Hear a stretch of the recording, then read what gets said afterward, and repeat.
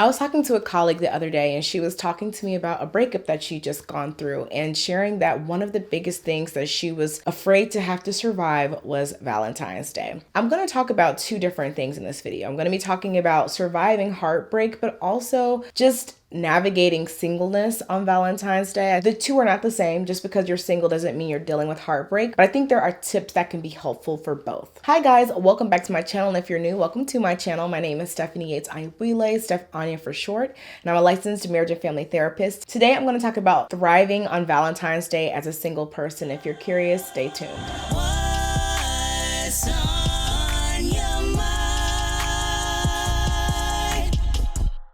I work with a lot of clients with all different sort of relational makeup. So I work with some married couples. I work with some people who are going through divorce, who have been divorced, people who have never been in a relationship, and people who are navigating a breakup or potential breakup. So with all of those different stages, holidays like Valentine's Day, even Christmas, birthdays, they look really different when you are navigating some sort of transition relationally. I realized that I don't really have a lot of content for people who are not in a relationship when I talk about things like Valentine's Day, and I will be making some content for people who are in a relationship as well.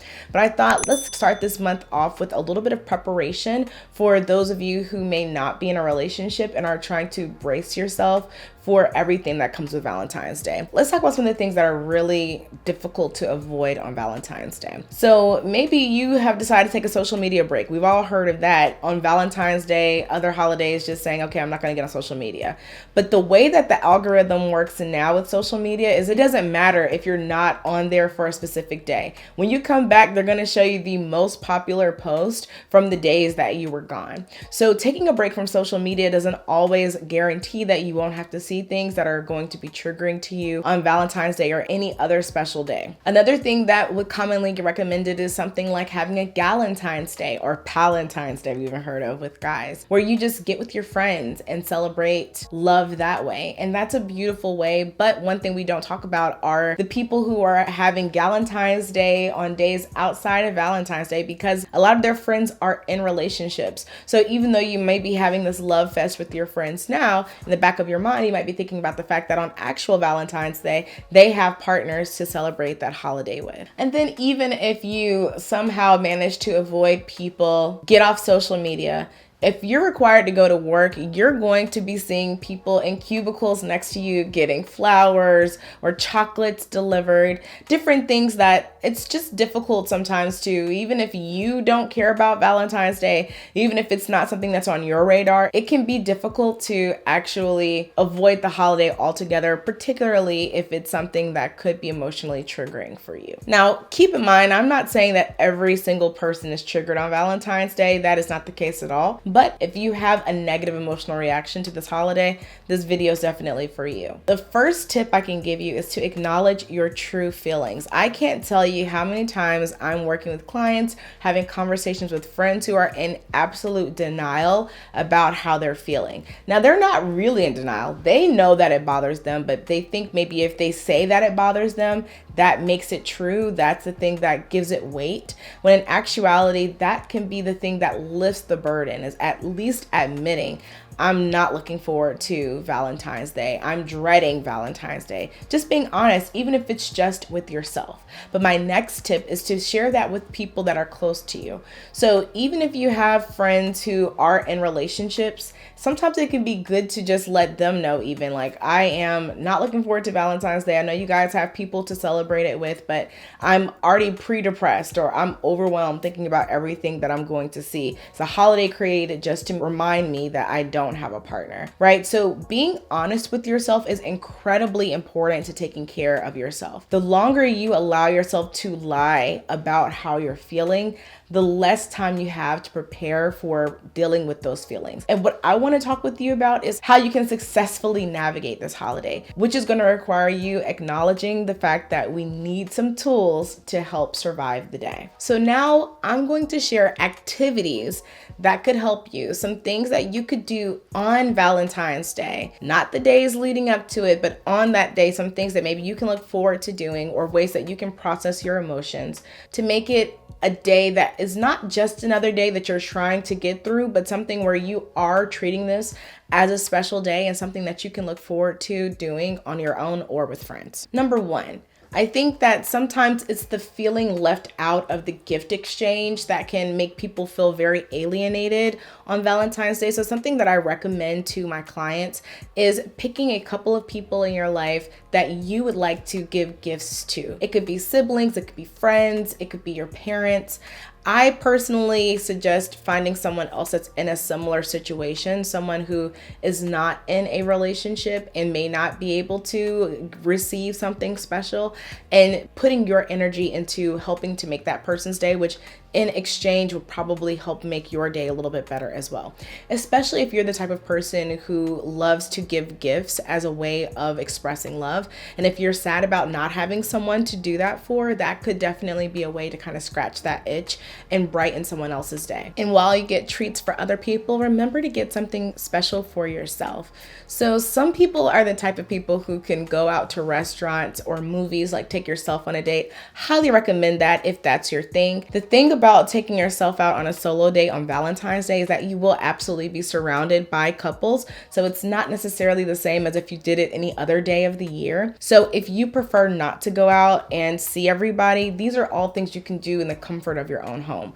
You could order some of your favorite takeout. You could get yourself chocolates, your favorite chocolates. You could get yourself some new clothes if you wanted to even look nice or cute on that day, lingerie even. Anything that you would typically reserve for doing with a partner that you love about the day is something that you can do for yourself. So lighting candles, getting that nice bottle of wine, wearing lingerie, buying new lingerie if you want to, or if you don't really like lingerie, this is a beautiful gift of not being in a relationship. You can just wear some comfy pajamas. You don't have to worry about what anybody thinks about what you're wearing, but maybe order some cute pajamas. If you like to get your nails done, get a manicure that's specific to Valentine's Day, right? Just because you're not in a relationship does not mean that you cannot celebrate a holiday that you would love to celebrate if you were in a relationship.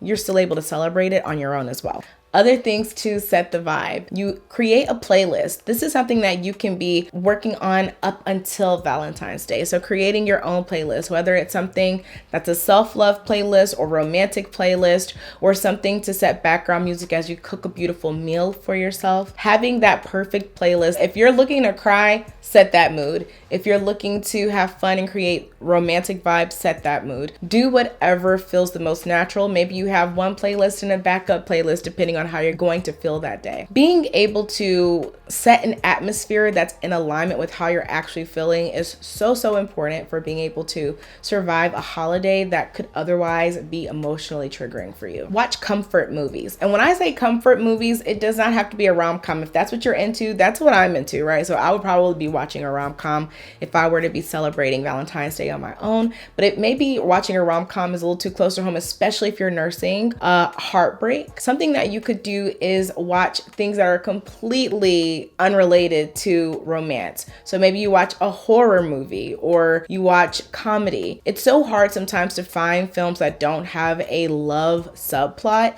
So even Googling movies that do not have any romance whatsoever may be a good way for you to start prepping and getting content together for enjoying a Valentine's Day on your own. Now let's get into the emotional work, right? So these are all things that you can do to set a mood, but let's talk specifically about what it looks like to be dealing with heartbreak on Valentine's Day. What can we do with those emotions? As a therapist, I'm always going to recommend that you confront your emotions head on. So I'm going to offer some journal prompts that you could do, some love letter prompts that you could do, some things that will help you reflect emotionally and be able to understand more about yourself through this experience. So my first recommendation is to write a love letter to yourself. And you may be asking, what would I put in a love letter to myself? Well, very similar to what you would put in a love letter to a partner. Talk about the reasons why you love yourself. Talk about the ways that you have showed up for yourself in the past year. And if you can't think of anything, talk about what you're going to commit to doing for yourself for the rest of the year. If you say, I'm going to love my body better, I'm going to exercise, I'm going to cook good meals for myself. Maybe it's the opposite. Maybe you say, I'm going to cook good meals for myself and stop restricting calories and making myself miserable for a body that I want to attain instead of the body that I have, right? There are so many different ways that we can love ourselves better, and either reflecting on how you've been able to do that or how you're going to do that is a great way to write that commitment. So writing that letter and signing it is like a contract to self.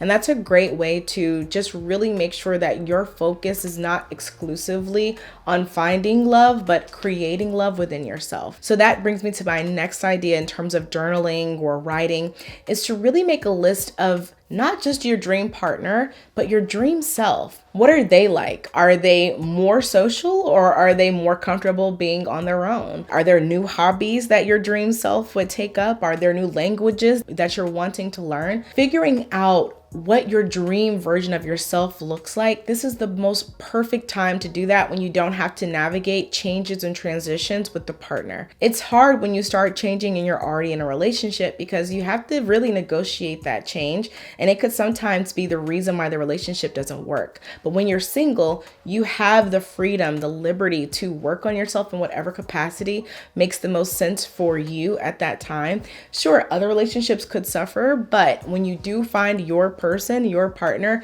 you've already achieved or you're closer to being the dream version of yourself so that you can feel good about having the qualifications for the dream partner that you want. So that's the next thing. Think about that last relationship you were in. Think about the heartbreak and think about the regrets that you may have, but also think about what worked well about that relationship. You want to be able to learn something from every intimate experience that you have with the person, both emotionally and physically intimate experiences. So asking yourself, what did I love about that relationship? What would I like to see again?